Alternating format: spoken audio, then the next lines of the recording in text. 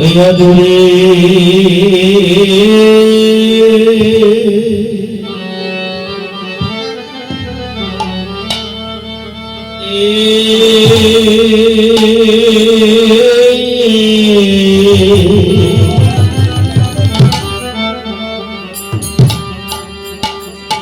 গোরাঙ্গে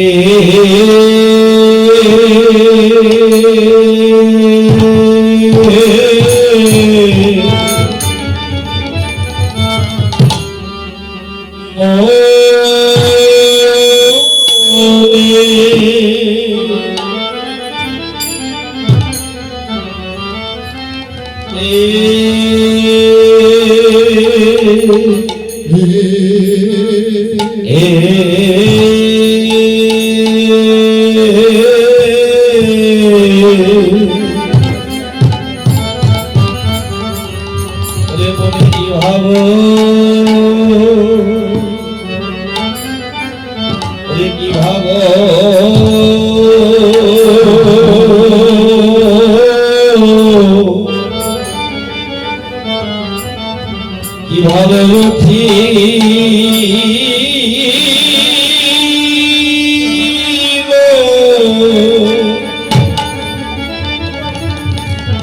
ও কি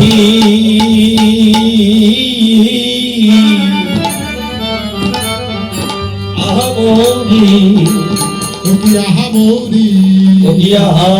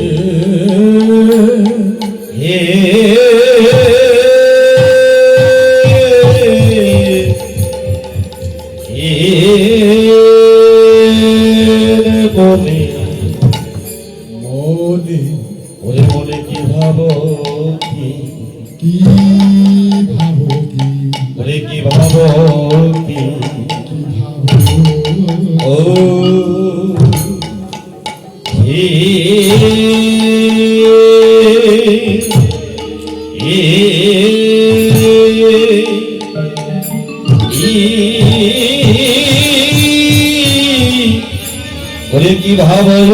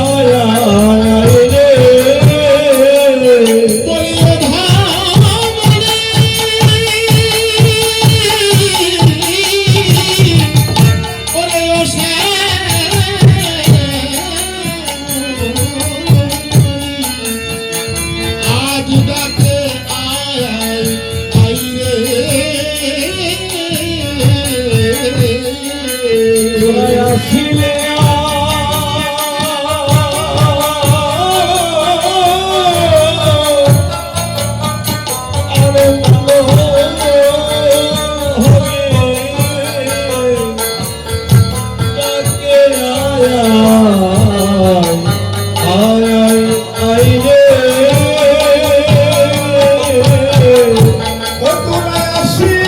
হরি বল হরি বল হরি বল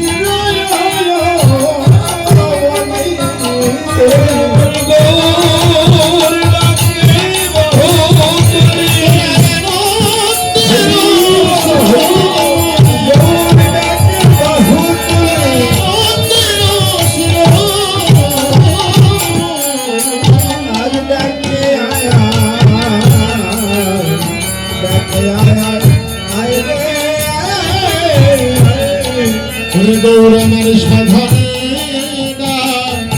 আরে সাধনে যেন সাধনে রাখি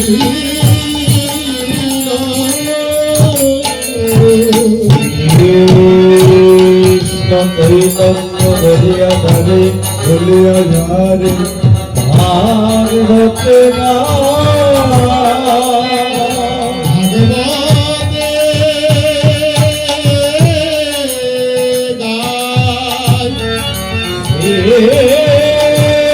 কৃষ্ণ অবতীর্ণ নদিয়াতে চৈতন্য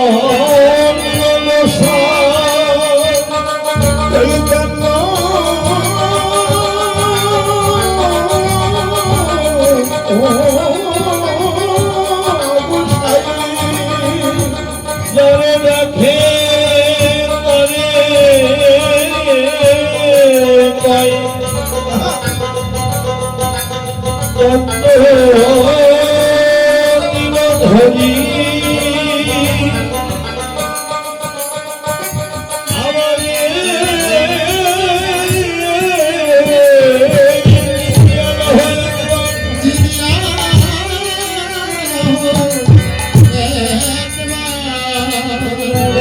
হরি হরি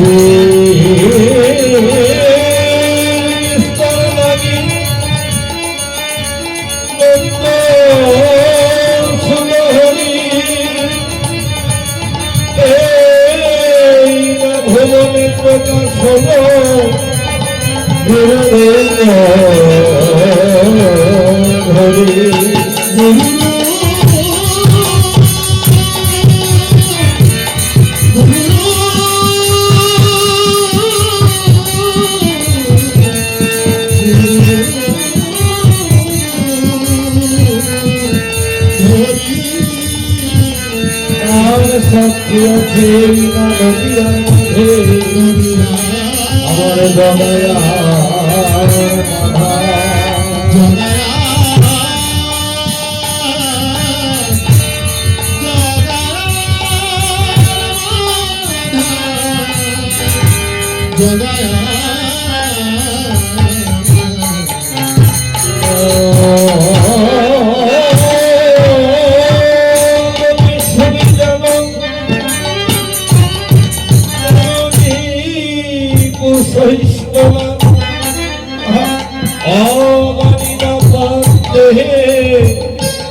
চিত্তনে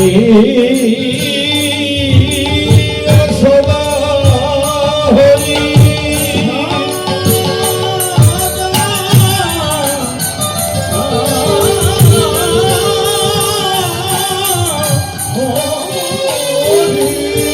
শ্রীকৃষ্ণের যত খেলা যত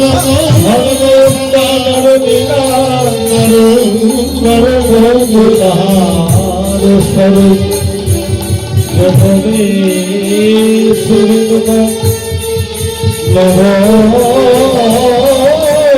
কিশোর ভগবান নবলীলা কাহাতে হয়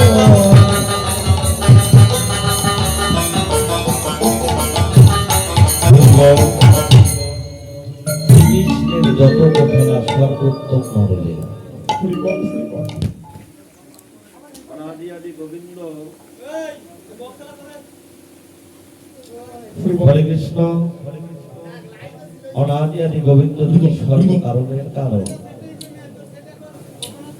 তিনি যে লীলাগুলো করেছিলেন কোন যুগে বাবা? দাপর যুগে। শ্রীকৃষ্ণের যত খেলা সর্বোত্তম নরূপে যে লীলাগুলো করেছেন একমাত্র এই পাপাশ্রিত অধীন জীবের উদ্ধারের জন্য। সেই লীলা প্রকাশ হচ্ছে কোথায়? এই নদিয়ার মাঝে, কলিযুগে শ্রীধাম নদিয়ার মাঝে আমার গৌর হরি দুই দেহ রাধা আর কৃষ্ণ মিলিত তনু গৌর হরি তিনি নদিয়ার মাঝে অবতীর্ণ হয়ে তিনি জগৎজীবকে উদ্ধার করবে বলে তিনি সেই লীলা প্রকাশ করেন। এই যে কলিযুগের আয়ু কত ছিল বাবা? কলিযুগের আয়ু ছিল হলো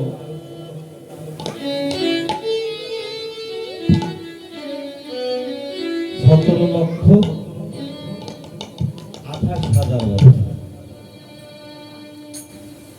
তার আয়ু ছিল 12,96,000 বছর। দাপরের আয়ু ছিল 8,64,000 বছর।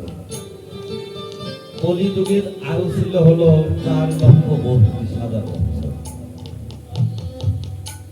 কলিযুগের আয়ু, কিন্তু আমাদের আয়ু কত?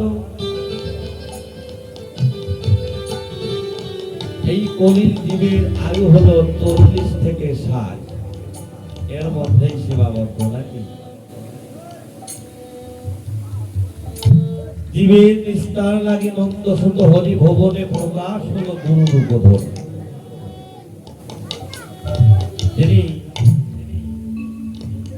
জীবকে উদ্ধার করবে বলে, জীবকে পথে আনবে বলে ভগবান বললেন, আমি 3 যুগে অবতীর্ণ হয়ে এসেছি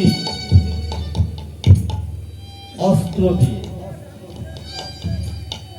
আমি অস্ত্র নিয়ে এসেছিলাম 3 যুগে,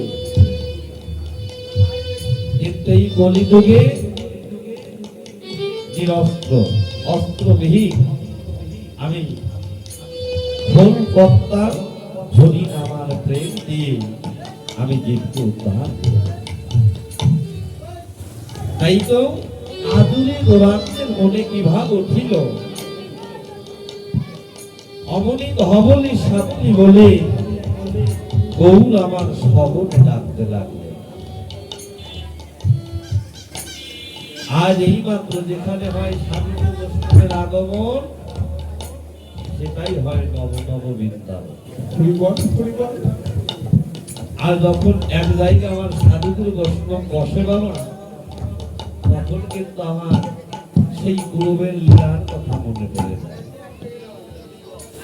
পূর্বের লীলার কথা মনে পড়ে যায় না? আমরা কোথায় ছিলাম, এসেছি বা কোথায়, আবার যাবো বা কোথায়। যখনই সাধুগুরু বৈষ্ণব একত্রিত হয়, তখন গোবিন্দ চিন্তা, গুরু চিন্তা, গুরু ধ্যানে যখন যারা মগ্ন হয়, একমাত্র তখন বাবা সেই গুরুবের লীলার কথা মনে পড়ে যায়। তাই তো আদুরি গোরাঙ্গের মনে কি ভাব উঠিল, ভাবটা কি? গৌরের যে মনের ভাব, জগতে কি সবাই বোঝে বাবা? কেননা স্থূল সাধক সিদ্ধি যেমন 4টি স্তর আছে বাবা। এখন পর্যন্ত যারা দীক্ষা মন্ত্র নিয়েছে বাবা, এখনো তারা শিক্ষার কাছে যায়, তারা ওই এক ক্লাসে করে আছে। তারা কি কখনো আমার গৌরের মনের ভাব বুঝতে পারে? কলির জীবের আয়ু সংকীর্ণ। আমরা যে মালা জপ করছি শুধু, কিন্তু মালা জপ করার সময় কিন্তু মহাজন বেশি সময় আমাদের দেয়। মহাজন বললে কলম দিলে বৃন্দাবনে অপরাধিত মদন মোহন কাম বীজ কাম গায়ত্রী তাহার উপাসনা। কিন্তু বাবা আমরা দীক্ষা মন্ত্র নিয়েছি, এখন উপাসনার ঘরে যাইনি।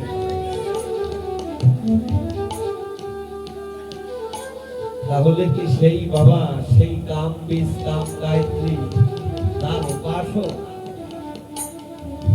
সেই সাধনার ঘরে যদি না যায়, ভজনের ঘরে যদি না যাই বাবা, তাহলে কি গৌরের মনের ভাব এরকম আমি বুঝতে পারবো? কখনো বোঝা সম্ভব নয়। তাই তো এ ভাব বোঝা তো যায় না। আজ গৌরের মনে কোন ভাবের উদ্দীপনা হলো যে আজ তিনি ধবলি শ্যামলীকে ডাকছেন, সে ভাব বোঝা তো যায় না। কেন? এই ভবের বোঝা যদি মাথায় থাকে বাবা, এই অপরাধীর বোঝা যদি মাথায় থাকে, এই সংসারের বোঝা যদি মাথায় থাকে, এই জগতে সে কখনো আমার ভগবানের মনের ভাবটা বুঝতে পারে। মহাজন বললে তাহলে কারা বোঝে? তারা সাধনার দেশে, সাধক দেশের মানুষ, সাধনা করে উত্তীর্ণ হয়েছে, সাধনা করে সেই কৃষ্ণ ভক্তকে ধরে রাখতে পেরেছে। এ জগতে তারাই বোঝে। কেন বোঝে? এ জগতে তারাই বোঝে গুরু কৃপা বলে এই ভবের বোঝা যার নেমেছে। কার নেমেছে? যারা সকাল সকাল গুরু গোবিন্দের চরণ আশ্রিত হয়ে এই দেহ মনোপ্রাণ জীবন যৌবন সমস্ত কিছু যারা গোবিন্দ চরণে অর্পণ করেছে, এই জগতে তারাই তো আমার গৌরের মনের ভাব বুঝতে পারে। তাই তো মহাজন বললেন যে ভাব বোঝা যাবেই না কেন, সেই তো বোঝে রে। গৌর অনুগত যারা, গৌর ভালোবাসে যারা, গৌর দেশের মানুষ যারা, গৌর অনুগত যারা, এ জগতে একমাত্র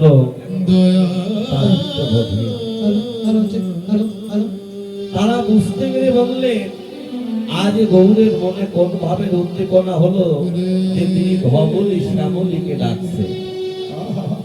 কেননা তারা জানে এই ধবলি শ্যামলী কারা। এই ধবলি শ্যামলী ছিল বৃন্দাবনে গাভীর স্বরূপ, যারা গোবিন্দের সঙ্গে নিত্য নিত্য গোচরণে যেত। আমার গোবিন্দ ধরে কষ্ট করা। এক সময় তো বাবা আমরাও তো সেই ধেনু হয়ে জন্ম নিয়েছিলাম না? কেননা বললেন স্থাবর 30 লক্ষ, দলন্ত 9 লক্ষ কম, কীর্তিচ্ছ 10 লক্ষ, রুদ্র লক্ষ, পাখি 11 লক্ষ বার, আর অসুস্থ 20 লক্ষ, 70 লক্ষ মানবা। তাহলে আমরা কিন্তু এক সময় 20 লক্ষ বার পশুগুলো আমাদের জন্ম হয়েছে। আমরা কিন্তু পশু হয়ে এক সময় বৃন্দাবনে গোবিন্দের চরণ সেবা করেছিলাম, গোবিন্দের সত্য পেয়েছিলাম। সেই গোবিন্দের কৃপা বলে, সেই ধবলি শ্যামলী কৃপা বলে এই ধরাধামে আমরা মানুষ বলে জন্ম পেয়েছি। মনুষ্য বলে জন্ম নিয়ে আমরা এসেছি বাবা। এই তো মহাজন বললেন ধর বলি। তারা সকাল সকাল মরার আগে মরেছে। যাদের আহা উহ নেই, যাদের কোনো ব্যথা নেই, তারা সকাল সকাল গুরু গোবিন্দের চরণে দেবতা সমাজ করেছে। এই জগতে বাবা তারাই ধবলি। ধবলি শব্দের অর্থ হল সাদা। শ্যামলী রাধা কৃষ্ণ মিলিত তনু গৌর হলি। তারা সেই সাদা বস্ত্র, ব্রহ্মত্ব বস্ত্র, তারা সকাল সকাল আমার গুরু গোবিন্দের চরণে সাধনা করে ধরে রাখতে পেরেছে, গুরুচরণ আশ্রয় করে। এ জগতে তারাই তো ধবলি। মহাজন বললেন এই ধবলি তারাই। আর ধবলি যারা হতে পারে নাই তারা কারা? যারাই আমার ভগবান গৌরকে ভালোবাসে না, যারা এমন বলার মতো বদল পেয়ে গুরু গোবিন্দের সেবার জন্য দুটো হস্ত পেয়ে, তারা এই দুটি হস্ত দিয়ে কোনদিন গুরু গোবিন্দের দাসত্ব করতে পারেনি। যারা এমন বলার মতো বদল পেয়ে এই বদলে যারা কোনদিন হা গৌর প্রাণ গৌর বলে কোনদিন দুঃখটা মন বলে পরিশ্রম করেনি, গৌর বলি যে যুগের এই প্রাণ কাঁদল না,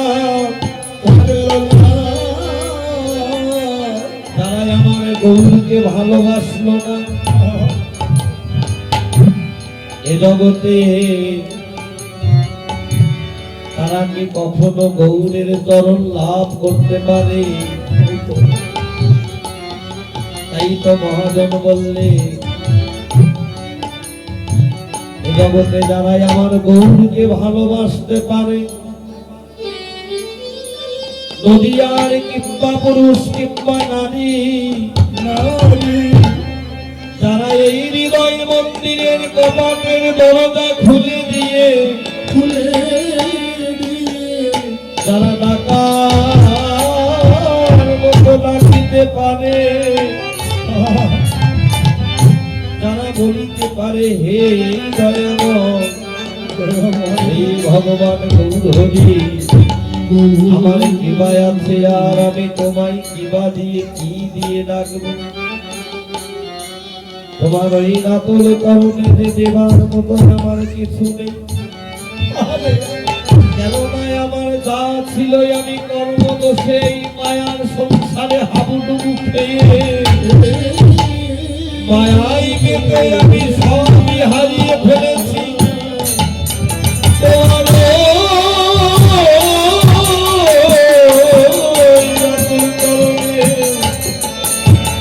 দেবার মতো তো কিছুই নেই।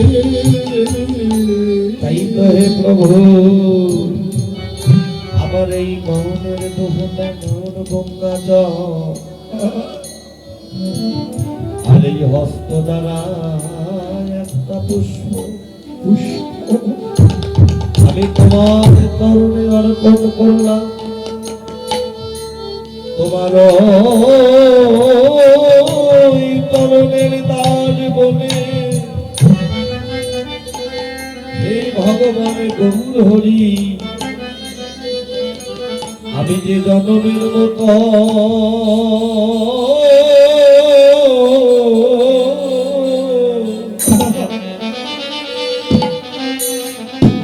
ওরে আমি তোমার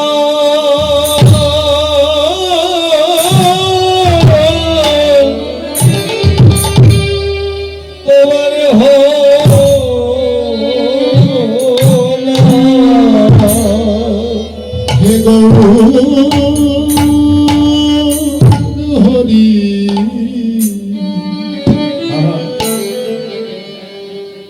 আমি যে জন্মের মতো আমি যে জন্মের মতো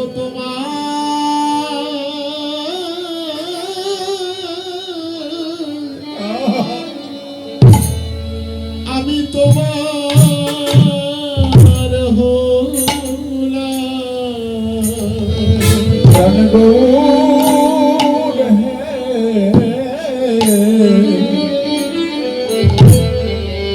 প্রভু আমি জন্মে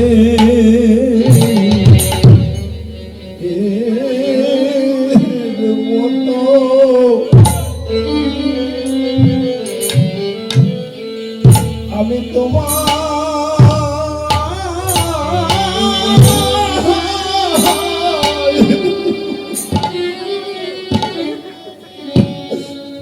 আমি তোমায়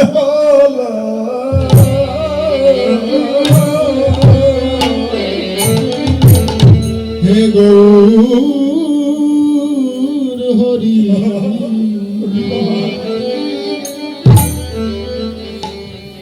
আমি যে জনমের মতো আমি যে জন্মের মতো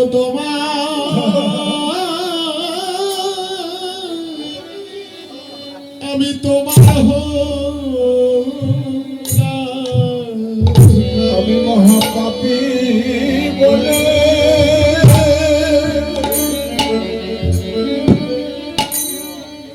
আমি মহাপাপী বলে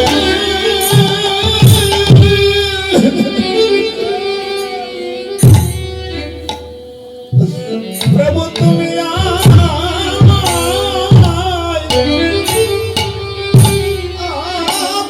ফেলে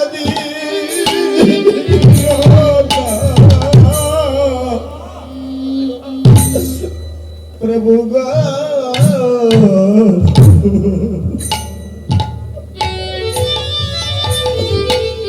আমি যে জন্মের মতো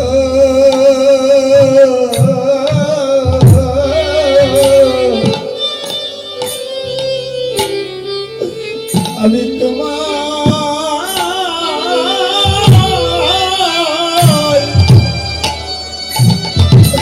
আমি তোমায়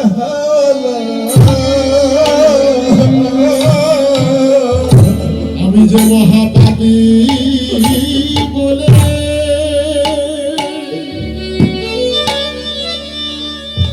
মহাপাপী বলে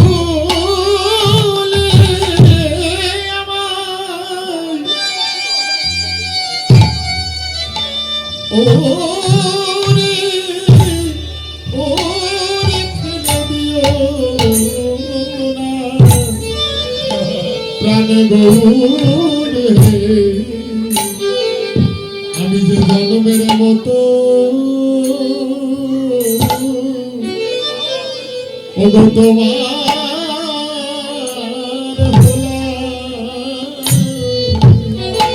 আমি তোমার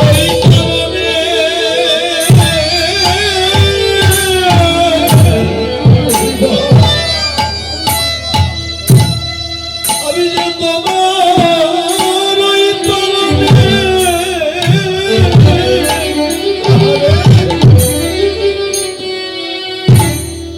ওই চরণের দাবি বলে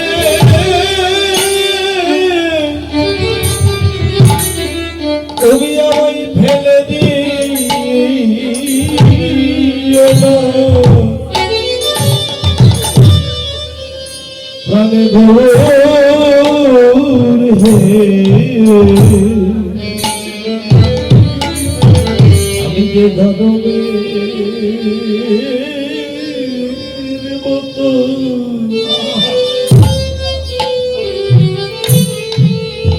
আমি তোমার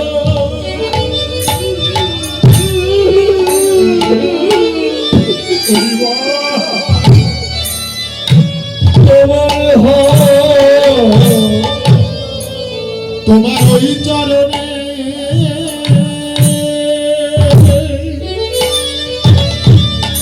তোমার ওই চরণে দাস বলে গ্রহণ করো প্রাণে গৌর হে। আমি যে জনমের মতো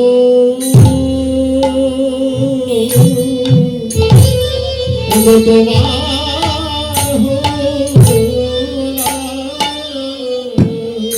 আমি কত জন্মে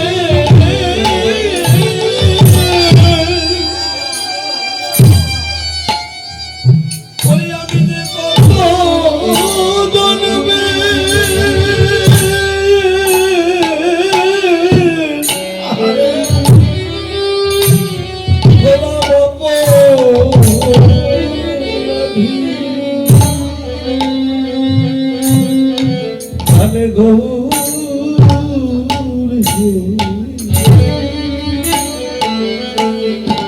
আমি জনমের মতো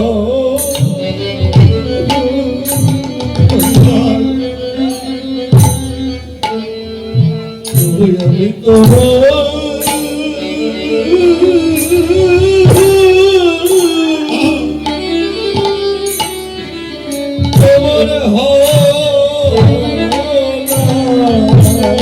আমি কত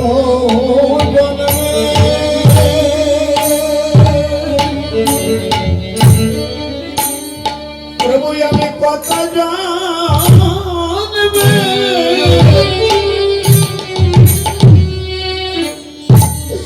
ওরে হোলা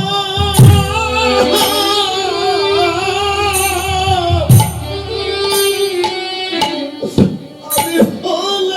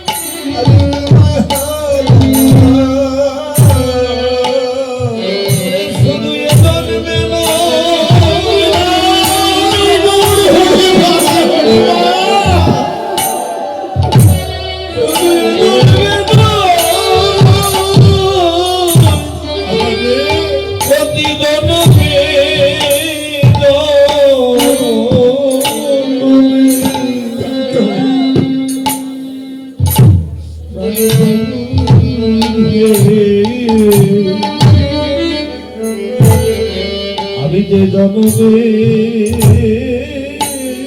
মতো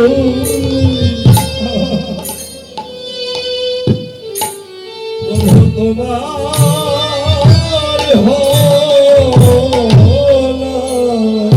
ওরে শুধু এ জনমে না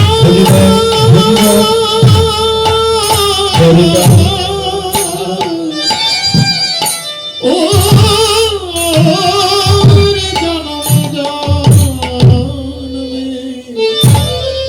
প্রাণে গৌর হে। আমি যে জনমে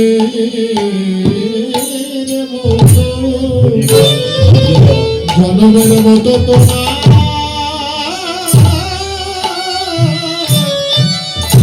তোমার হলাম ওই তরণের দান বলে আমার ফেলে দিও না।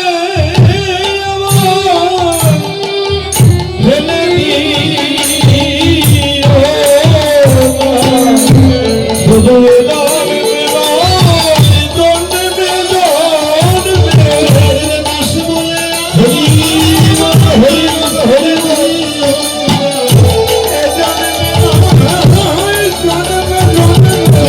দাস বলে ফেলে দিও না দাস বলে ফেলে দিও আমি যে জনমে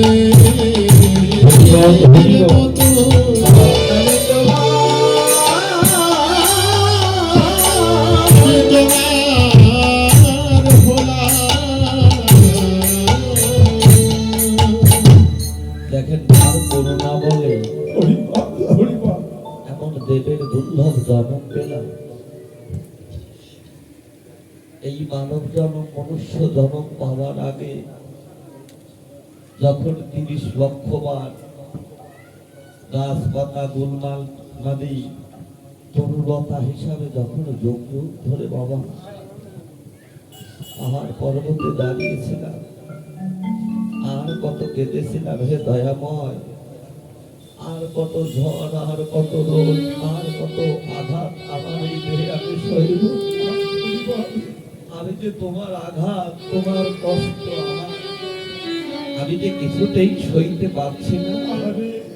তুমি একবার কৃপা করে এই বৃক্ষ জন্ম হতে একবার তুমি আমায় মানুষ বলে জন্ম দাও প্রভু। বাবা জন্ম চাইলেই তো আর হয় না, পাওয়া যায় জন্ম চাইলেই তো আর হয় না।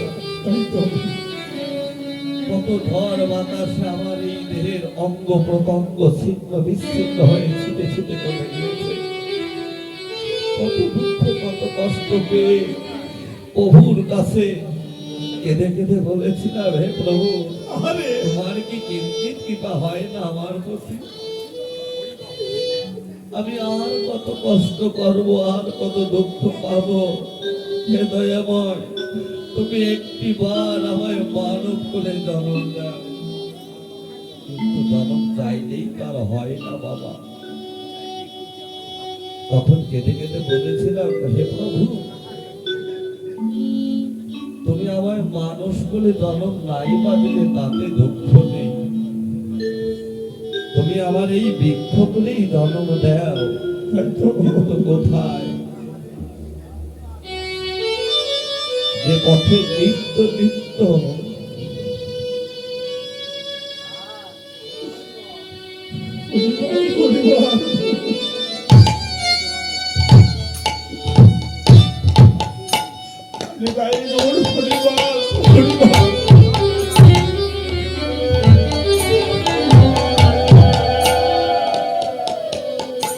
যে পথে নিত্য নিত্য আমার সাধুগুরু বৈষ্ণব চলাফেরা করে, সেই সাধুগুরু বৈষ্ণবের নিকটে ওই চলার পথে আমায় বৃক্ষ করে জন্ম দাও। আমি কি করব অঙ্গ নিঃস্ব করে? আমি শীতল ছায়া দান করব, ও ঘন রাত্রের তাপ পেরিয়ে ঘুমান্ত কলেবর অকাল চিত্তে আর সাধুগুরু বৈষ্ণব ওই রোদের তাপ পেরিয়ে আমার এই বৃক্ষতলে আশ্রয় গ্রহণ করবে। আর আমি অঙ্গ নিঃস্ব করে শীতল ছায়া দান করব।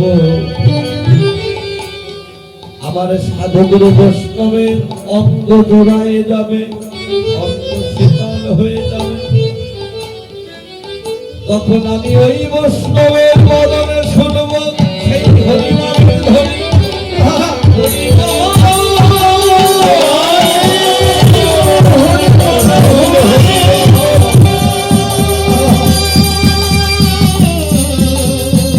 হরিবল বলে যখন ধ্বনি বলবে তখন আমি বৃক্ষ হয়ে আমি ওই সাধুগুরু বৈষ্ণবের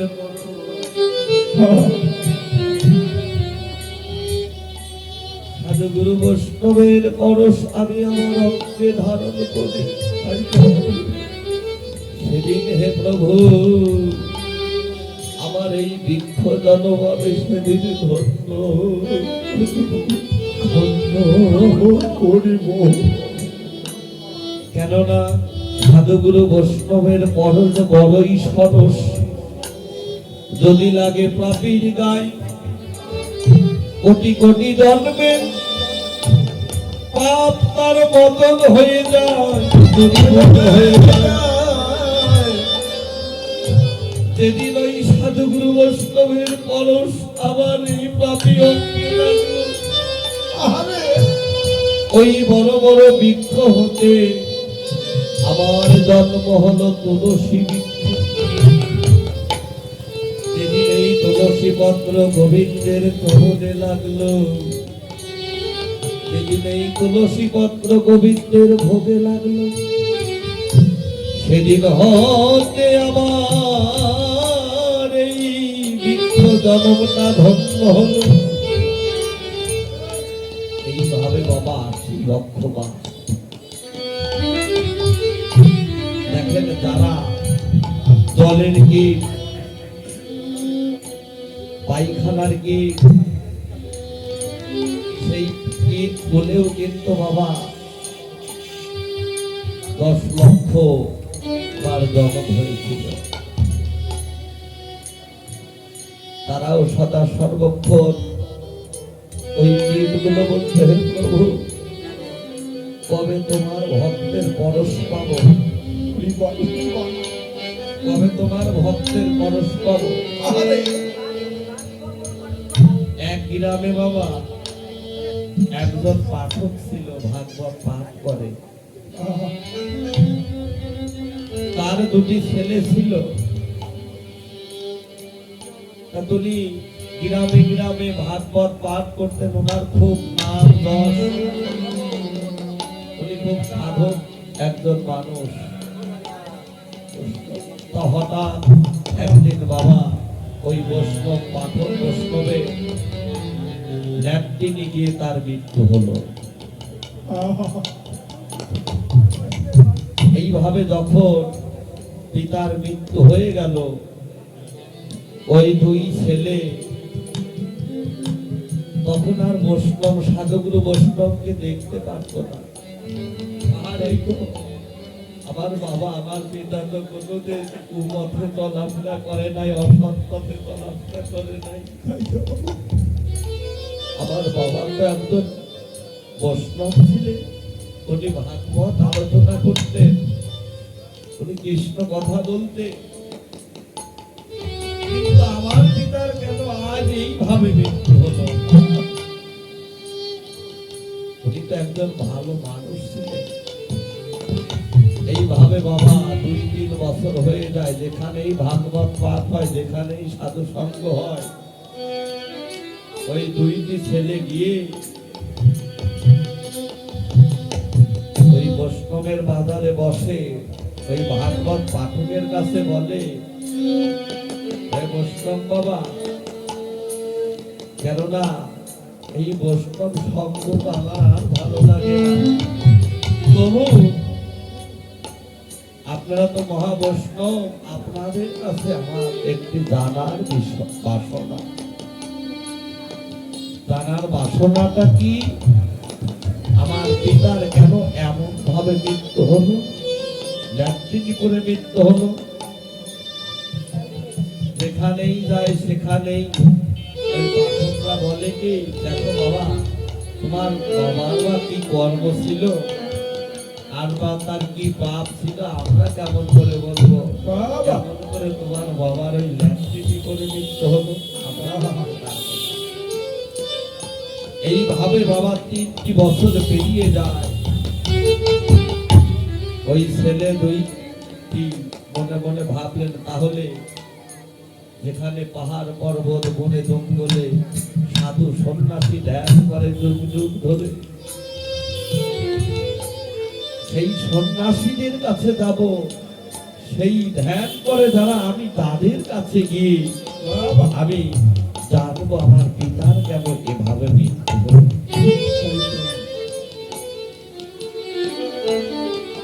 দুই ভাই বিকাল টাইম এমন ভাবে তারা বনে রওনা হলেন। বনের মধ্যে যখন রওনা হলো, সন্ধ্যা ঘনিয়ে আসছে, তখন দুই ভাই মনে মনে ভাবছে এই বনের মধ্যে যে অনেক হিংস্র প্রাণী আছে, বড় বড় বাঘ, ভালুক, সাপ, অনেক কিছু আছে হিংস্র প্রাণী। এই বাঘের সামনে যদি পড়ি, তাহলে যে বাঘ আমাকে খেয়ে ফেলবে, আমার বাবার কথা যে আমরা জানতে পারবো না। আরে দেখি বনের মাঝে কোনো জনমানবের শব্দ পাওয়া যায় কিনা। দেখা গেল বনের মাঝে হাঁটতে হাঁটতে দেখে বনের উত্তর পাশে অনেক জনমানুষের শব্দ পাওয়া যায়। ওখানে দুই ভাই গিয়ে দেখে একজন ভাগবত পাঠ করছে, আর অনেক সাধুগুরু বৈষ্ণব যেন বসে আছে। ওই পাঠককে সামনে রেখে সবাই যেন চারিদিকে বসে আছে, আর সবাই ওই কৃষ্ণ কথা শ্রবণ করছে, হরি কথা শ্রবণ করছে, সবাই যেন যদি এটাই গৌর হরিবাল হরিবাল হরিবাল গৌর হরিবাল হরিবাল। গেল দুই ভাই গিয়ে ওই সাধুগুরু বৈষ্ণবের পাশে গিয়ে ওই পাঠকের পিছনে গিয়ে বসলেন, আশ্রয় গ্রহণ করলেন। এমন সময় পাঠক পাঠ করছে, পাঠ যখন শেষ হয়ে গেল, সমস্ত ভক্তবৃন্দ সাধুগুরু বৈষ্ণব যার যার মতো চলে গেল। কিন্তু ওই দুটি ভাই আকুল প্রাণে বসে আছে, দুটি নয়ন জলে ভেসে যাচ্ছে। আমার ভগবান কি বাবা কোনদিন ভক্তের নয়নের জল সইতে পারে না কেননা আমি সব সইতে পারি জগতে, কোন ভক্ত যদি আমার নাম করে আমায় তার মধ্যে দান করিবে, আমি যে ভগবানের আসনে বসে থাকতে পারি না। আজ ওই আমার অনাদি গোবিন্দ পাঠক হয়ে বসে পাঠ করছে, ওখানে বসে যখন সবাই চলে গেল, তখন পাঠক বলছে, বাবা তোমরা দুইজন কেন বসে আছো? তোমরা আমার কাছে কিছু শুনতে এসেছো তাই না? তোমার বাবা মারা গিয়েছিল ল্যাট্রিনি করে, এই তো এই প্রশ্ন জানতে এসেছো? বাবা দেখো তোমরা কি আমাকে চিনতে পেরেছো নাকি? দুই ছেলে আকুল পানে বলছে, আপনি তো বৈষ্ণব, মহাবৈষ্ণব, আপনি তো পাঠক, কিন্তু আমরা কেমন করে ঠিক পাবো, কেমন করে ঠিক পাবো? বলছে, বাবা তোমাদের বাড়ির 4 ফের টিনের ঘর ছিল না, 4 চালে? বলছে, হ্যাঁ। তোমাদের বাড়ি একটি রান্নাঘর ছিল না?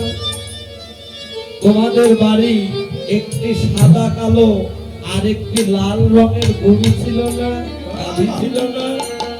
বলছে, হ্যাঁ। দেখো তো তোমার পিতার মতো কি আমাকে দেখা যায় কিনা? বলছে হ্যাঁ, আপনাকে দেখে মনে হচ্ছে আমার পিতার মতো, কিন্তু আপনি আমার পিতা হবেন কেন? সবকিছুই মানা যায়, হঠাৎ একটা মানুষকে কি কখনো মানা যায় আপনি আমার পিতা? বলছে আপনি আমার পিতা হবেন কেন?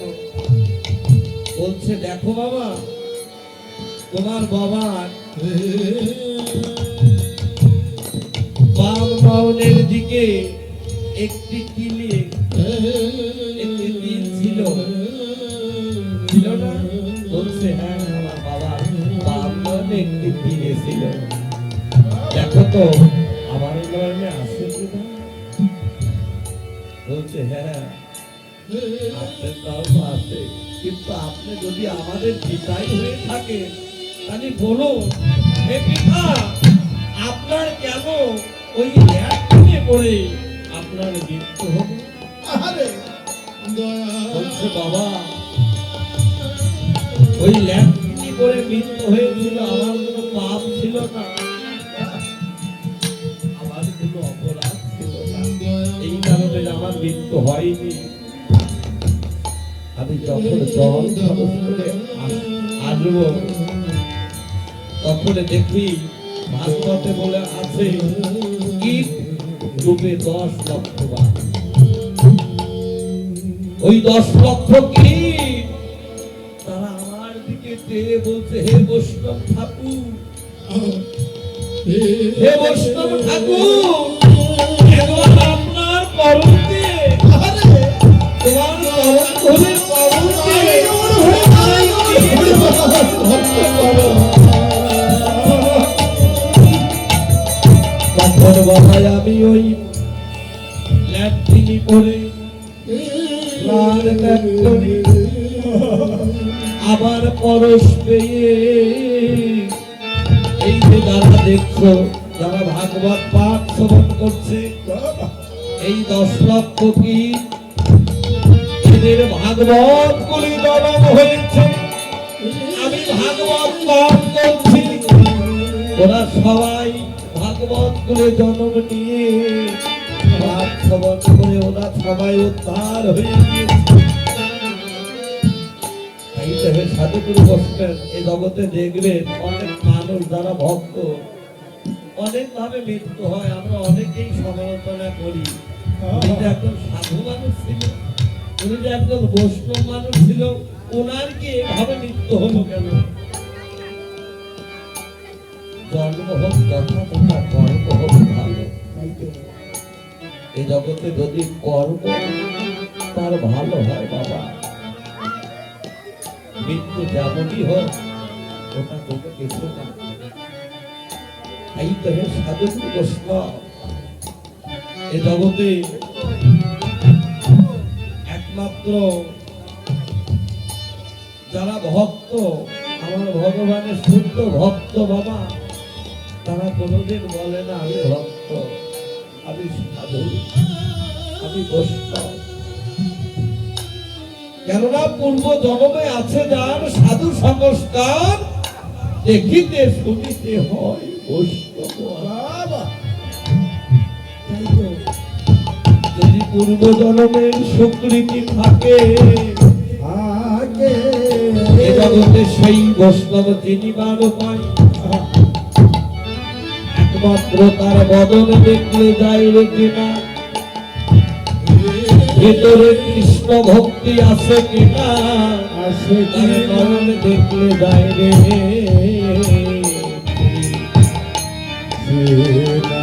তাই তো হে সাধুগুরু বৈষ্ণব, এমন দেবের দুর্লভ জন্ম পেলাম, কিন্তু কর্মটা তো ভালো করতে পারলাম না। সেই সৎকর্ম নিষ্কাম কর্ম, সৎকর্ম নিষ্কাম কর্ম কি? জগৎ মাঝে এসে প্রভুর হরিনাম, কৃষ্ণ নাম, গুরু নামে সদা সর্বক্ষণ থাকতে হবে নামের মধ্যে। ভক্তের সঙ্গ, সাধুর সঙ্গ, বৈষ্ণবের সঙ্গ করিতে করতে হবে, করিতে হবে।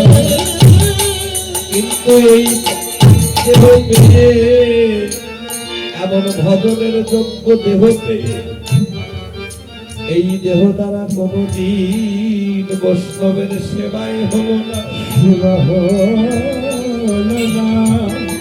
গুরু সেবাই আমি লাগলাম না।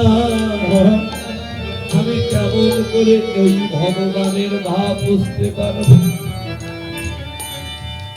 মহাজন বললেন, তোমার মাথাটা যত এ জগতে নত করবে, তোমার তত কৃপা হবে। আর এই মাথাটা যতদিন নত করবা না সাধু গুরু বৈষ্ণব, হরিবল হরিবল হরিবল। তুমি কোনদিন আমার ভগবানের কৃপা পাবা না। ভগবান বললেন, আমার নাম করে করে যদি কোন ভক্ত মারাও যায়, সদা সর্বক্ষণ যদি আমার নাম করে কোন ভক্ত প্রাণ বিসর্জন করে, আমি সেই ভক্তের কখনো কৃপা করি না। তা করি কখন? ভগবান বললেন, আমা হতে আমার নাম করে, নাম করে নাম হইতে আমার ভক্ত বড়, ভক্ত হইতে এই ভক্তে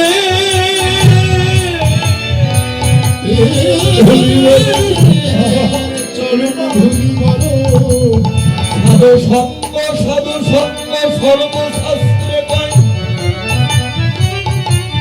সাধু গুরু বৈষ্ণবের সঙ্গ লবা মাত্র এই নির্দিষ্ট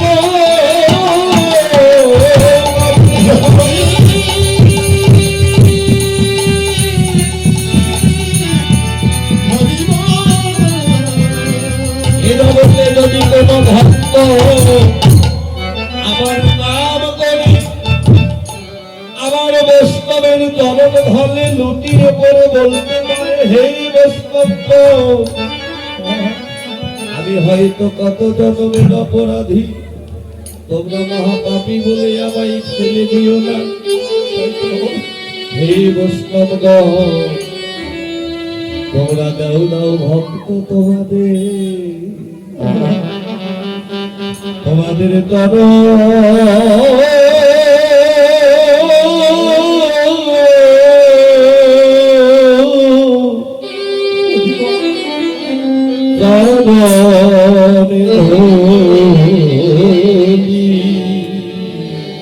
বলি তোমরা দাও দাও ভক্ত তোমাদের চরণ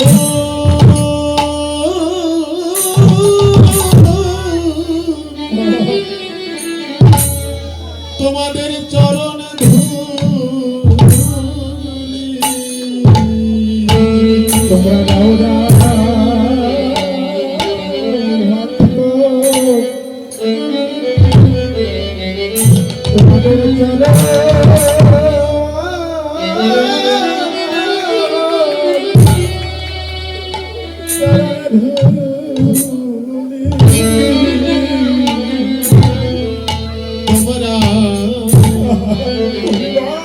তোমরা দাও দাও ভক্ত তোমাদের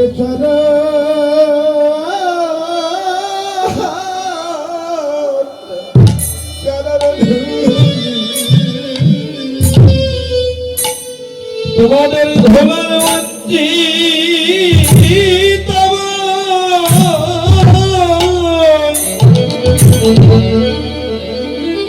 বৈষ্ণব তোমরা ধোলাই মন্ত্রী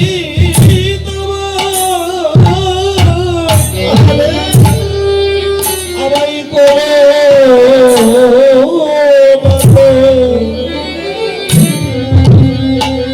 তোমরা দাও দাও বৈষ্ণব ভক্ত তোমরা তোমাদের তোমরা ধুলাই বঞ্চি তোমরা ধুলাই বঞ্চি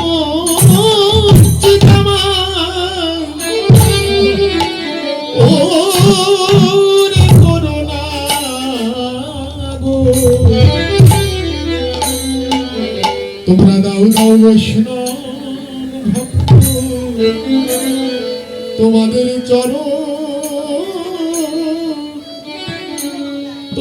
চরণ ধুলি তোমরা ধরায় বলছি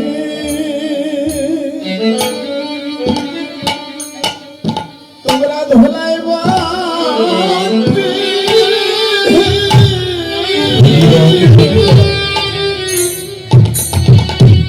তোমরা কোনটা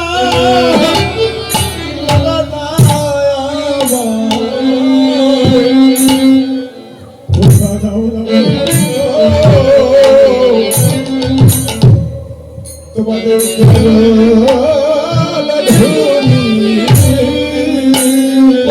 বৈষ্ণবের ধুলি হবে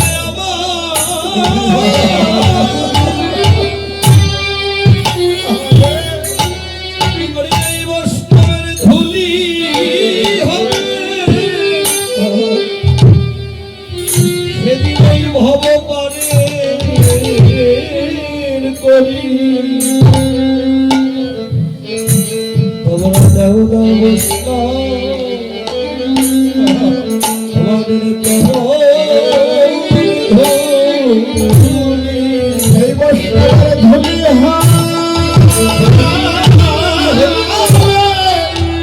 এই বৈষ্ণবের ধুলি হবে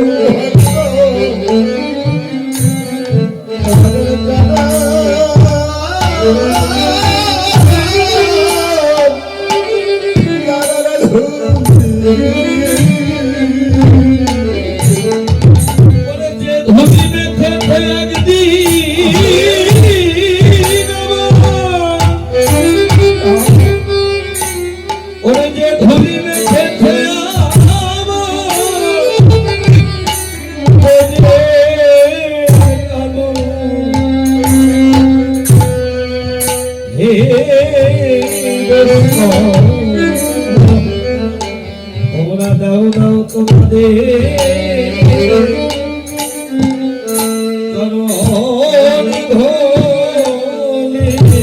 বলি যে ধুলি মেখেছে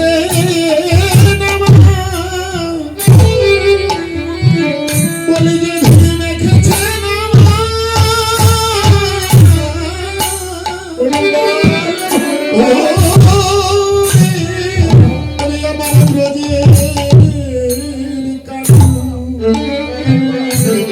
তোমরা দাও দাও ভক্ত তোমাদের চরণ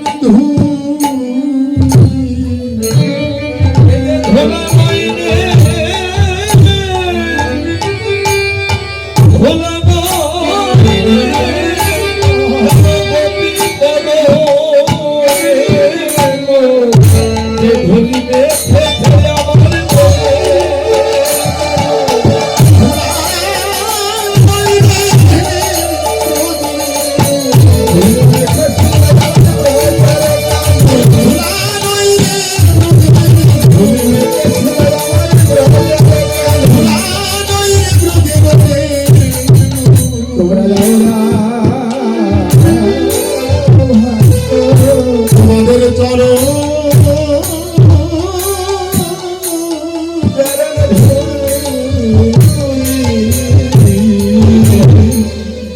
নদিয়ার সমস্ত নাগরিকগণ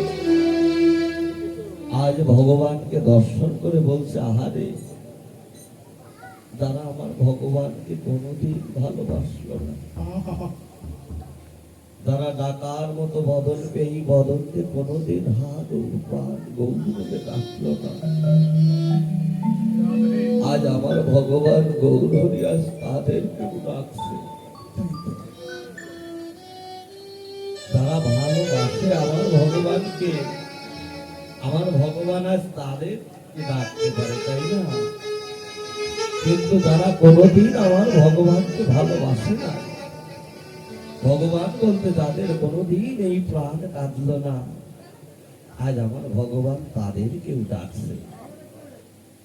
আমার ভগবানকে আজ তিনি পাগল হলে, বাবা ভগবান কি কখনো পাগল হতে পারে? কেননা তিনি তো দয়ার সাগর, তাই তো। যিনি বোধের বোধনন্দন ভগবান, সেই ভগবানের ভগবন্ত ভুলে গিয়ে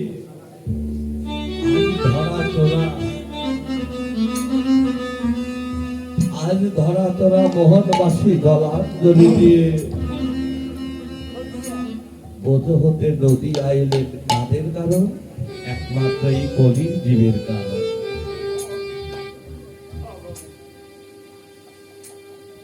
ভাবুক, বৈষ্ণব কই বললেন অনেক দিন হয় তোদের বদন দেখি না। কে বলছে? ভগবান বলছে, আমি অনেক দিন হয় বোধ ছাড়া। এই ভক্তগণ, আমি অনেক দিন হয় তোদের বদনে দেখি না। তোদের ওই ভক্ত বদন দর্শন করে আমার অঙ্গে ধারণ করে আমি তাবিত পরাণ শিকল করব। দেখেছেন ভগবানের চাওয়া কি?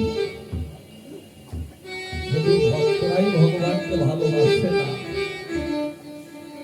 আমার ভগবানেরও আশা থাকে, তাই তো আমি কবে আমার অন্তরঙ্গ ভক্তকে আমার ভক্তে আমি কবে ভক্তের পরশ পাব, আমার তাবিত পরাণ শিকল করব। এই জগতে মহাজন বললেন তাতক বাঁচি কেমন, মেঘের বরিশন বিনে।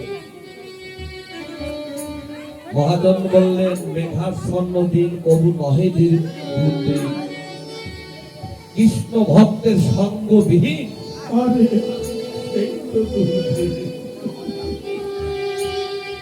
কেননা বাবা, আমাদের এই মানব দেহে যত ঝড় বৃষ্টি, যত আঘাত আসুক না কেন, সেটা আমাদের দুর্দিন নয়। দুর্দিন কর্তৃক বাবা, যেদিন আমরা কৃষ্ণ ভক্তের দর্শন পাই না, যেদিন আমরা হরি কথা কৃষ্ণ কথা ভক্ত মুখে শ্রবণ করি, যেদিন কৃষ্ণ ভক্তের সঙ্গ পাই না, একমাত্র বাবা এই দিন হলো আমাদের দুর্দিন। তাই তো যেমন এই জগতে ভক্তরা কখনো বাবা ভগবানকে খোঁজে না, কেননা ভক্ত খোঁজে ভক্তের চরণ পাবো কবে, ভক্তের চরণ ধুলি পাবো কবে, ভক্তের মুখে কৃষ্ণ কথা শ্রবণ করবো কবে। যখন ভক্ত বাবা নয়ন জলে ভেসে ভেসে আমার ভক্তের চরণে লুটাইয়ে পড়ে, তখন আমার ভগবান কি করে? ভক্ত রূপ ধারণ করে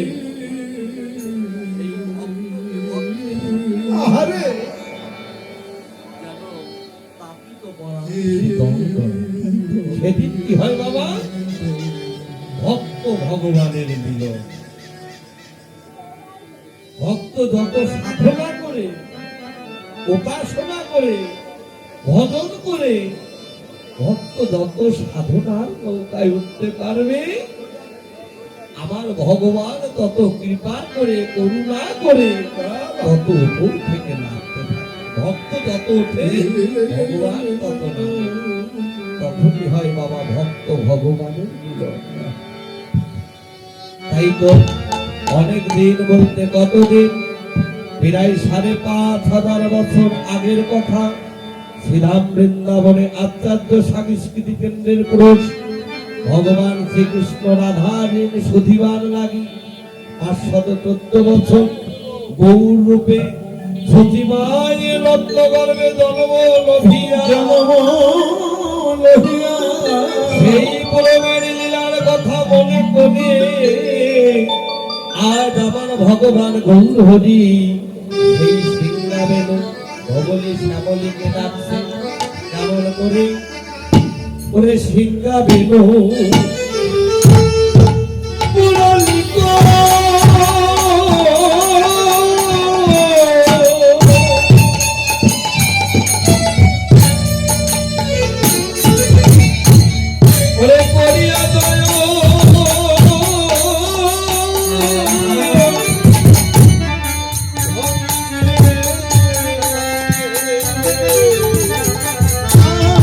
আরে সিংহারে পুরমিত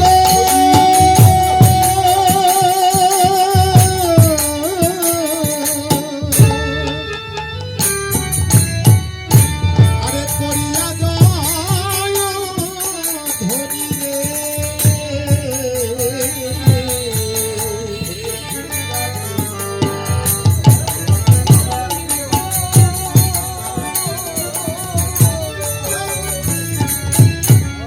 ওরে করিয়া জয় ধনী রে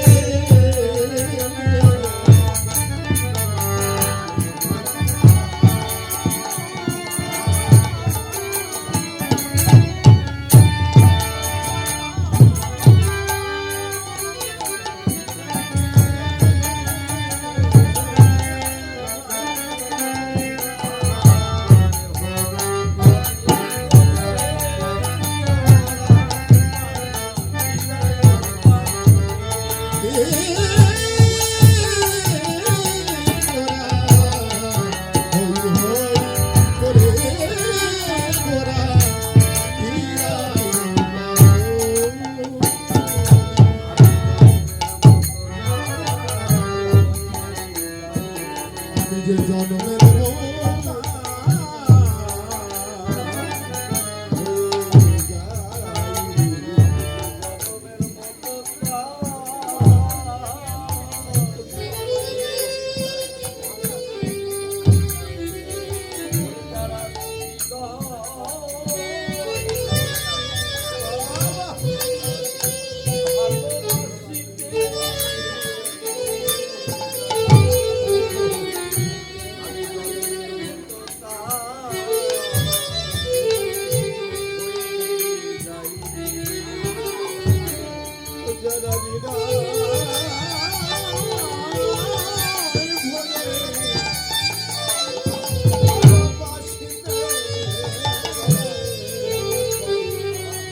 আমি যেন জন্মের মতো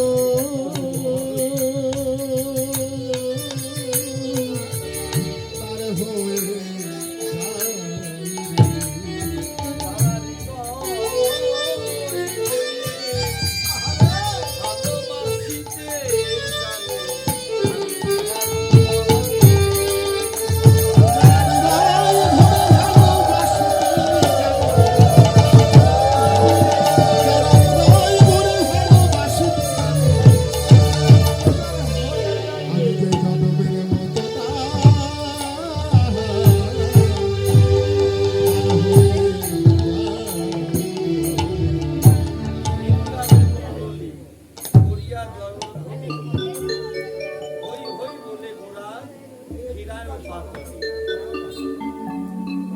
তাই তো বাবা এই শিক্ষা বেনু কাদের কাছে থাকে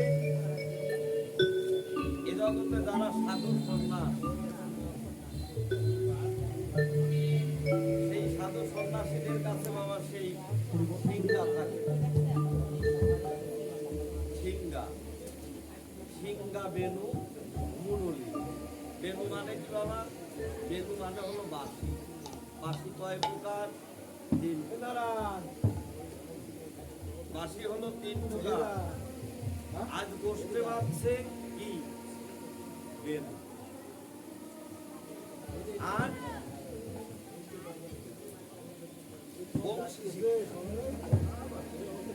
করেছিলেন কে আমার পাড়াহাটি কোথায় বৃন্দাবন আর একটা হলো মুরল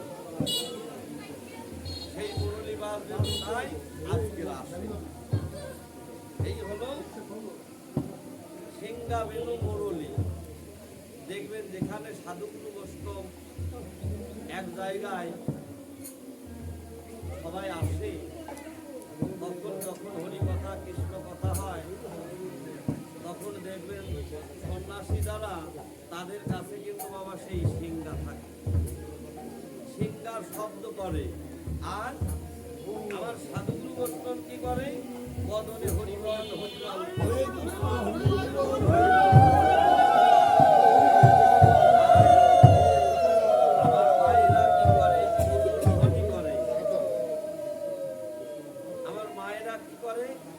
হরিবল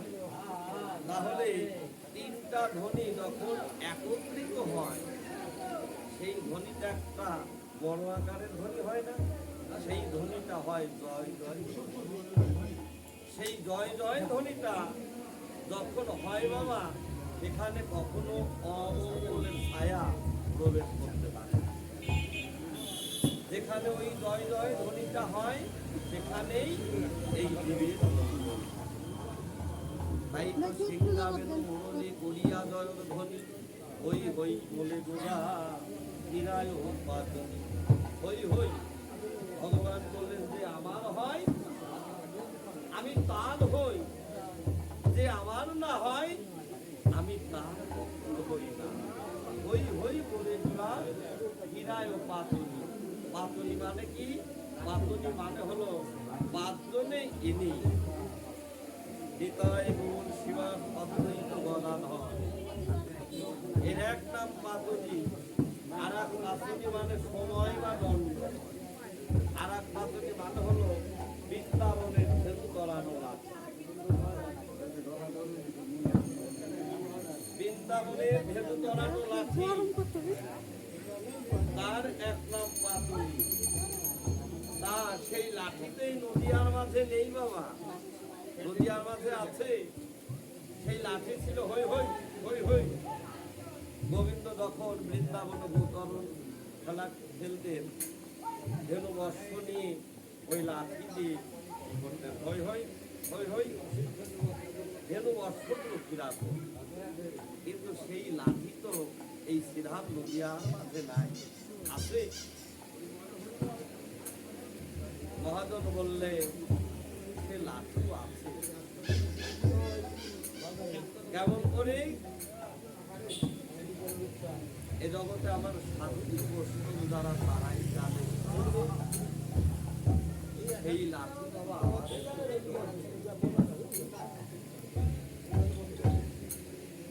সেই লাঠি যদি সেই বৃন্দাবনের অপ্রাকৃত মদন মোহন কাম বীজ কাম গায়ত্রী তাহার হয় উপাস, সেই উপাসনা সাধনা করে সেই লাঠিটাকে এ জগতে কেউ যদি ভজন্তব্য করতে পারে, তাহলে বাবা এ জগতে সেই লাঠি দ্বারা তার মধ্যে যে পদ্ম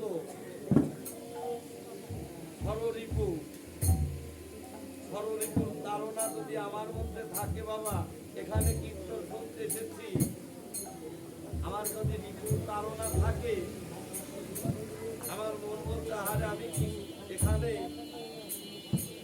ভক্তের সঙ্গ করতে এসেছি, আমার দোকানে থাকলে আর কত টাকায় না বিক্রি হতো। ওই যে পাশে পিছনের চিন্তা দর্শন নিয়ে গিয়ে ওই ষড়রিপু যখন আমি পরিত্যাগ করতে পারবো, একমাত্র বাবা সেদিন এই মনটা আমার স্থির হবে। সেদিন এই মনটা স্থির হবে, আর যেদিন মনটা স্থির হবে সেদিন এই মদন দ্বারা আর সৃষ্টি হবে না। কৃষ্ণ ভজনে লেগে যাবে এই দেহটা। আর যতদিন এই মদনটাকে আমরা সাধু তৈরি করতে না পারবো বাবা, ততদিন আমার মধ্যে চাওয়া পাওয়া ভালোবাসা কাম বাসনা রয়েই গেছে। বাবা এই জগতে দেখবেন যারা সাধু সন্ন্যাসী, আমরা সন্ন্যাস বলি তাদের, যারা সন্ন্যাসী বাবা তাদের স্থান হলো বনে জঙ্গলে, যারা প্রকৃত সন্ন্যাস। আবার এ জগতে দেখবেন লোক দেখালেও সন্ন্যাস আছে অনেক। গীতায় বললেন যারা লোক দেখানো সন্ন্যাস, তাদের মধ্যে যাদের মধ্যে চাওয়া পাওয়া রয়ে গিয়েছে, চাওয়া পাওয়া কাম বাসনা আশা আকাঙ্ক্ষা যাদের মধ্যে রয়ে গেছে, এ জগতে তারা কখনো সন্ন্যাস হতে পারে না। কেন হতে পারে না? কেননা তার মধ্যে যে পিছনে সে মায়াটা এখনো আছে। গীতায় বললেন ভগবান ওরা সন্ন্যাস না, ওরা কপট, ওরা চোর। সন্ন্যাস তুমি এই সংসার থেকেও হতে পারো, আমার মাও হতে পারে সন্ন্যাস, আমার বাবাও হতে পারে সন্ন্যাস। কেমন করে? যারা এই ইহ জগতের জড় জগতের সংসারটাকে যারা গোবিন্দ চরণে শোভে, গোবিন্দ দীনবন্ধু বলে যারা মায়া মোহটাকে যারা গোবিন্দ চরণে শোভে দিয়েছে, কেননা আমি সংসারের পিছনে ঘুরি না, সংসার আমার পিছনে ঘুরি। এ জগতে তারাই হল সন্ন্যাস। তাই তো হে সাধুগুরু বৈষ্ণব, সেই বৃন্দাবন ধেনু তরানো লাঠি তো আর নেই, তাই করো জোরে। আজ আমার বন্ধু হরি বলছে, ওরে ওরে কলির দুটি বাহু উত্তোলন করে বলছে, ওরে ওরে কলির ঘুমান্ত জীব, তোরা আর মায়ার ঘুমে ঘুমিয়ে থাকিস না। তোরা যদি একবার বদনে বল হরি বল বলে, যদি আমার ভক্তের তরুণে গড়ি দিতে পারিস, আমি তোদের ওই বদনে সেই মধুমাখা নামের ধ্বনি, কৃষ্ণ নামের ধ্বনি, আমি সেই মধুমাখা নামের ধ্বনি শ্রবণ করে আমি তার কি হই, আমি যে জনমর মতো তার হয়ে যাই রে।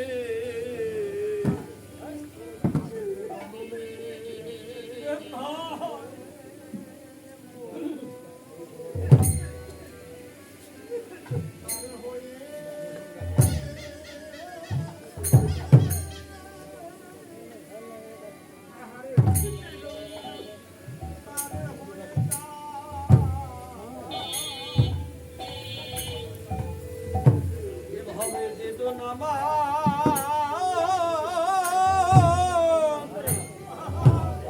হয়ে যাই রে, আমি জনমের মতো তার হয়ে যাই রে।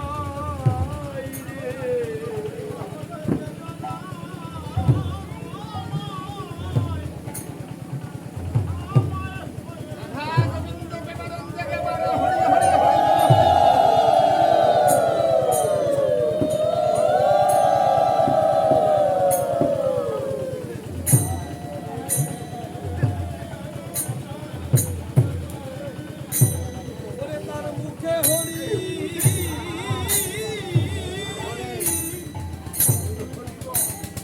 ওরে মুখে হরি,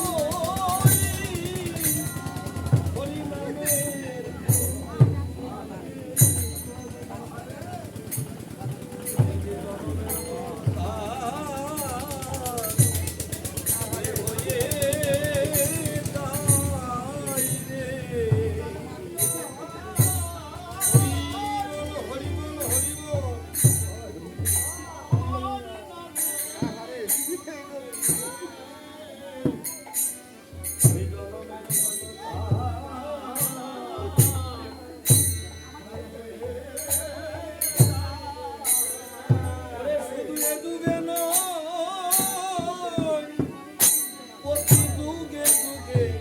আমি জনমের মতো তার হয়ে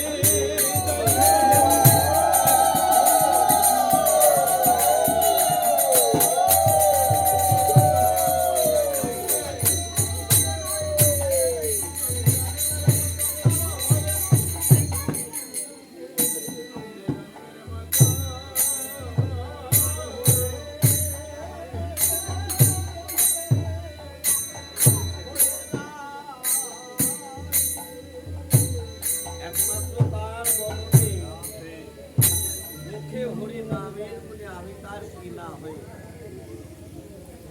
কেননা যে আমার হয় যে আমার হয় আমি তার হই বাবা। কেননা চৈতন্য চরিতামৃতে বললেন জীব নিত্য কৃষ্ণ দাস তাহা ভুলে গেল, সেই কারণে মায়া পিশাচি তার বলে দেবা। আমরা তো সবাই ধরাধামে এসেছিলাম কার দাস? আমার গোবিন্দের চরণের দাস হয়ে এসেছি। কিন্তু বাবা আমরা কি সেই দাস হতে পেরেছি? যেদিন মায়ামহ সংসারে এই ধরাধামে এসেছি, হাসিতে শিশু কাল গেল হাসিতে খেলিতে, যৌবন কাল গেল বৃদ্ধ কাল গেল কাঁদিতে কাঁদিতে। কিন্তু বাবা মোহমায়া আমি কখনো পরিত্যাগ করতে পারলাম না। তাই তো বাবা আমরা কার দাস হয়ে আছি? এই সংসারের দাস, মায়ার দাস। যেদিন মায়াটাকে পরিত্যাগ করতে পারবো, যেদিন আমি আমায় ভুলে যাব, আমার তো বলতে যেদিন আমার কেউ থাকবে না, আমারই তো আমি না, আমি তো আমার না। যেদিন আমার তো ত্যাগ করতে পারবো বাবা, একমাত্র সেদিকে আমরা ওই গোবিন্দের চরণের দাস হব। ভূমিতে ভূমিতে যদি কোনো ভাগ্যবান জীব গুরু কৃষ্ণ প্রসাদ পায় ভক্তিলতা, এই মায়া মোহ ত্যাগ হবে কোনদিন বাবা? যেদিন আমরা গুরুচরণ আশ্রয় করে বাবা, যেখানে হরি কথা হোক, যেখানে ভাগবত সঙ্গ হোক, যেখানে কৃষ্ণ কথা হোক, এইভাবে বাবা ভ্রমণ করতে করতে করতে করতে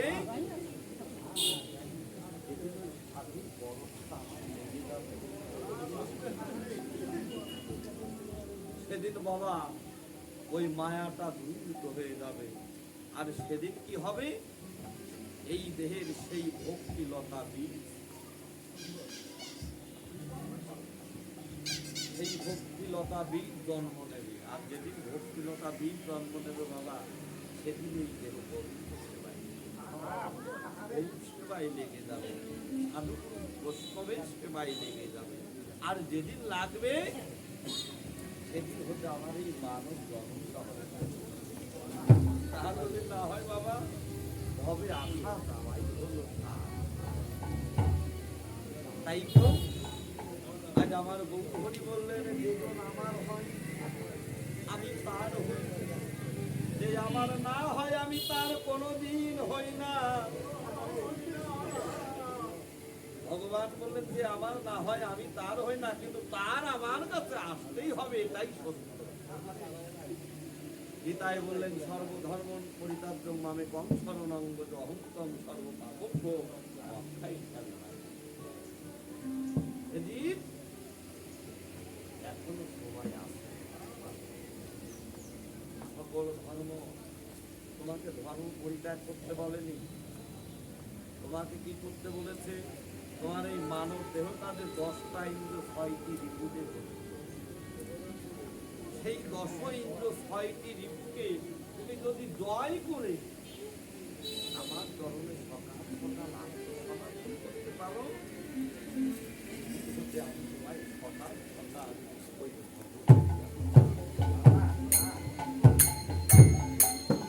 কেননা এসো সকালে এসো সকলে, ভজনের পথ যে অনেক দুরন্ত পথ, এ পথে চলতে গেলে অনেকেই হতে পড়ে যায়।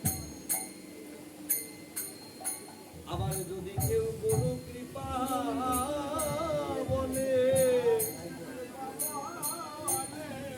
এই পথে দাঁড়িয়ে চলতে পারে, সে অনায়াসে গৌর গোবিন্দের চরণ লাভ করে।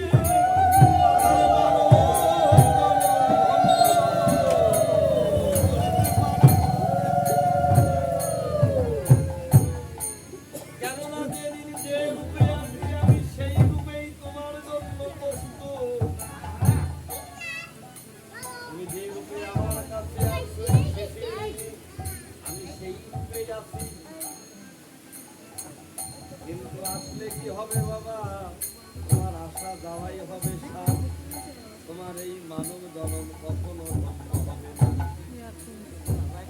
তাই তো আমার ভগবান বললেন এসো সকালে এসো সকলে সকাল সকাল এসো। কেননা সময় দিলে সাধন হবে না। শিশুকালে ভজে কৃষ্ণ কৃষ্ণ পাবার আসে, যুবকালে ভজে কৃষ্ণ আসে বা নাসে, আর বৃদ্ধকালে ভজে কৃষ্ণ রোমে নূতন আসে। দিন ডাকলে তো আর আমার দেখা পাবে না। কেননা বাবা সেদিন শুদ্ধ করে ওই কৃষ্ণ নামটাও আমি বলতে পারি। কেননা সব যদি চলে যায় ওই শেষের দিনে আমার দয়ালে ডাকলে কি সারা দেবে? কেননা ডাকার যখন সময় ছিল তখন আমরা ডাকলাম না। যখন আপন ছেলে পরিত্যাগ করে দেবে, আপন বৌমা আমাকে দেখতে পারবে না, আপন স্ত্রী আমায় ভালোবাসবে না, আত্মীয় স্বজন আমাকে কেউ ভালোবাসবে না, সেদিন আমার ওই ভগবানের কথা বলবে, আমি কি করেছি, আমি কি করেছি, যাকে ভালোবাসার কথা ছিল আমি তাকেই ভুলে আছি, কিন্তু যাদেরকে আমার কখনো ভালোবাসার কথা ছিল না আমি তাদেরকে আপন করে নিয়েছি। ধন কারোর চিরদিন কাহার সমান না, আজকে রাজা কালকে ভিক্ষাতা। ভাবছো বসে চলবে কিসে? তার ভাববার সেই ভাববে, তুমি ভাববে একমাত্র। তাই তো আজ আমার গৌরহরি কি করলেন? সঙ্গে করে ভক্তদেরকে নিয়ে এলেন। তিনি কি একা এসেছে? ওরে রামায় সুন্দর নন্দ সঙ্গে নিতানন্দ, সঙ্গে নিত্যানন্দ, আরে রামায় সুন্দর নন্দ, এই রামায় ভালো সঙ্গে নিত্যানন্দ, আরে গৌরীদাসার অভিনয় সবারে আনন্দ, গৌরীদাসার অভিরামের সবারই আনন্দ,